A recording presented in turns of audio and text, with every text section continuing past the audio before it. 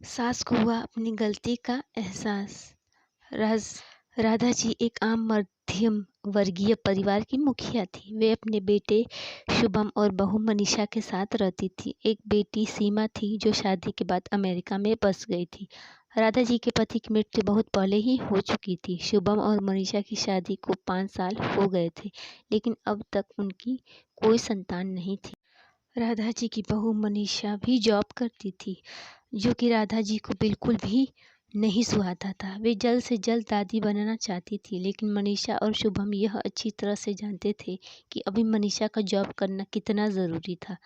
राधा जी अपने बेटे शुभम से इस बारे में बात करती तो शुभम किसी न किसी बहाने से बात को टाल देता। इसलिए वे मनीषा को ही परेशान करने के बहाने ढूंढती रहती ताकि वह अपनी जॉब छोड़ दे।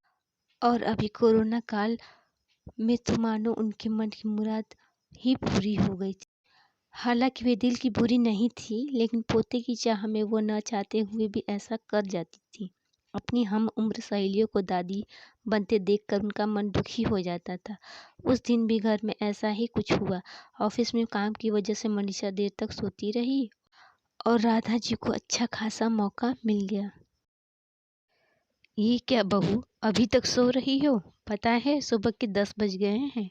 शुभम भी बेचारा कब से उठकर ऑफिस के काम पर लग गया है, और तुम हो कि अभी तक सोई पड़ी हो। चलो अब उठकर सबके लिए चाय नाश्ता बना लो। मुझसे कुछ हो नहीं पाता, वरना मैं तो तुम्हारे भरोसे कभी न रहती, खुद ही सब कर लेती। सॉरी माँ जी, देर रात तक काम चलता रहा, इसलिए सुबह सुबह ही सो हाँ पाई। ठीक है, इसलिए मेरा समय कुछ का नहीं, पर पता ही शुभम नहीं को चला। देख लो, उसे कुछ चाहिए तो नहीं। कब से उठा है बेचारा। हे भगवान, मुझे जल्दी से ठीक कर दे ताकि मैं अपने बेटे का ध्यान रख सकूं, राधा जी ने नाटकीय अंदाज में कहा। राधा जी ने अपनी बहू मनीषा को उठाते हुए कहा। मनीषा ने घड़ी देखी तो वाकई 10 बज गए थे। आज उसकी आंखें कैसे नहीं खुली। वह जल्दी जल्दी अपने काम निपटाकर हॉल में आई तो शुभम अपने लैपटॉप के साथ ऑफिस के काम कर रहा था। उसने किचन में जाकर चाय नाश्ता बनाया और फिर रात के बर्तन साफ किए और झाड़ू पोछा करके नहाने चली गई। दरअसल कोरोना वायरस की बढ़ती बीमारी की वजह से शहर में पूरी तरह लॉकडाउन किया गया था, इसलिए काम वाली बाई भी नहीं आ रही थी। मनीषा खुद एक इंटरनेशनल कंपनी में काम करती थी। उसका ऑफिस टाइम निश्चित नहीं होता था।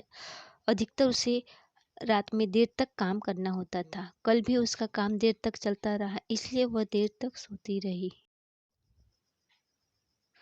मनीषा नहाकर आई तो देखा कि उसकी सास अपने कमरे में अपनी सहेली से फोन पर बात कर रही थी।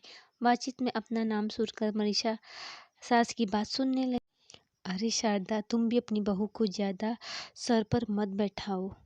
बहू को ज्यादा उड़ने दोगी तो कल को अपनी नौकरानी के चक्कर में वह तुम्हें ही घर की नौकरानी बनाकर छोड़ेगी। मैं तो भाई शुरू से ही मनीषा के नौकरी करने के खिलाफ थी। अब करे नौकरी शौक से, पर साथ साथ घर के काम भी करे। मैं तो बदन दर्द का बहाना बनाकर बैठ जाती हूँ, नहीं तो सारे काम का बोझ मेरे सिर पर आ गिरता। मैं कोई मुफ्त की नौकरानी थोड़े ही हूँ। मैं तो कहती हूँ कि तू भी यही किया कर। सास की बात सुनकर मनीषा की आंखों में आंसू आ गए। वह जिस सास को बीमार समझकर उनकी दिन रात सेवा करती है, उन्हें एक गिलास तक उठाने नहीं देती। सारा दिन घर का और रात को ऑफिस का काम करके थकान से चूर होकर भी उफ तक नहीं करती। उसका यह शुभम फल का मिला बोझ है कम उसे, करने के माना लिए वह वे नौकरी मेरी कर रही नौकरानी थी। के खिलाफ खैर, है, अभी मगर के यदि मुश्किल घर की समय किस्ट में नहीं वह सास होती से तो किसी भी बात वह पर बहस कभी नहीं करना नौकरानी नहीं चाहती करती थी। जिससे घर का माहौल खराब हो। इसलिए वह उनकी बात को नजरअंदाज करके वहां से चली गई। लेकिन उसकी नजरों में राधा जी की इज्जत जरूर कम हो गई थी। दूसरे दिन सुबह सुबह राधा जी की बेटी सीमा का अमेरिका से फोन आ गया। सीमा की सास उसके पास अमेरिका आई हुई थी। आदत के अनुसार राधा जी ने जैसे ही सीमा की सास की बुराई करनी चाहिए, बेटी ने ही वैसे ही सीमा ने उन्हें डपट दिया। माँ, आप बिल्कुल भी माँ जी के बारे में अनाप शनाप नहीं बोलेंगी। पता है आपके चक्कर में मैं आकर मैंने अब उनके साथ कितना बुरा व्यवहार किया था, लेकिन आज मुझे उनकी कीमत पता चल गई।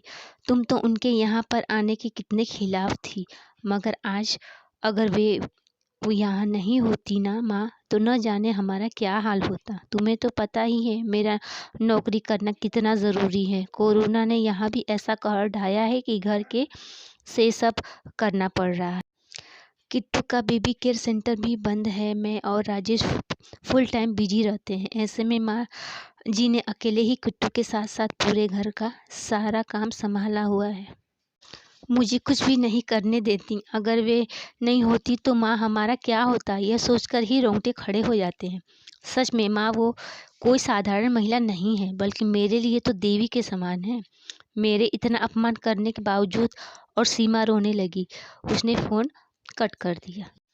सीमा की बात सुनकर राधा जी की आंखें भर आई। उन्हें अपनी भूल का एहसास हो गया था। मनीषा तो वाकई उनका कितना ख्याल रखती थी। उनकी कड़वी से कड़वी बात का भी बुरा नहीं मानती थी, उन्हें उल्टा जवाब नहीं देती थी। वाकई अभी का समय तो एक दूसरे को हौसला देने का है, सारे गिले शिकवे भुलाकर एक दूसरे की मदद करने का है।